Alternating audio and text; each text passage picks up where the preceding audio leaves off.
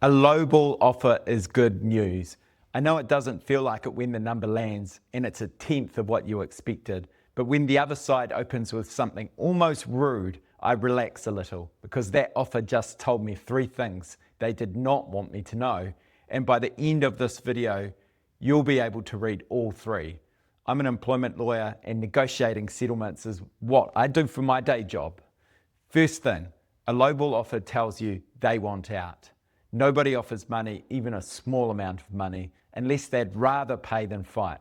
Employers don't put numbers on the table for fun. Somewhere in that building, someone has looked at your situation and decided it's a problem worth paying to make go away. The argument has already shifted and most people miss that. You're no longer arguing about whether you get paid, you're arguing about how much. That's a much better argument to be in. Second thing, there's a range that always sits behind that number.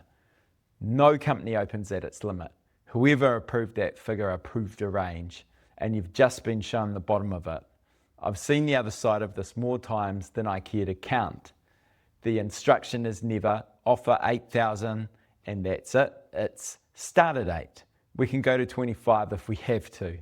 The first number exists to find out whether they'll even need the second one. Third thing, that number is an anchor and it's aimed at your expectations. Here's how the trick works. You walked in thinking your case was worth 40,000. They open at 4 and without you noticing, the whole conversation moves. 15 starts to feel like a victory. 20 feels greedy. Every counteroffer you make drifts towards their end of the range instead of yours because their number got in first and set the frame.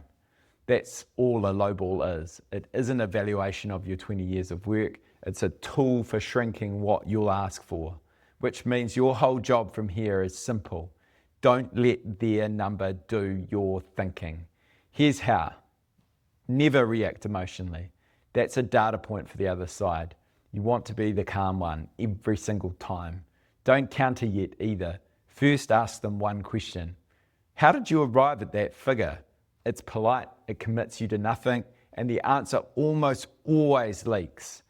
If there is real reasoning, you've just learned how they see their own risk. If the answer is vague, you've made them admit the number was plucked from the air, and a plucked number is very hard for them to defend later. When you do counter, build your number instead of haggling theirs. This is the difference between people who do well and people who don't.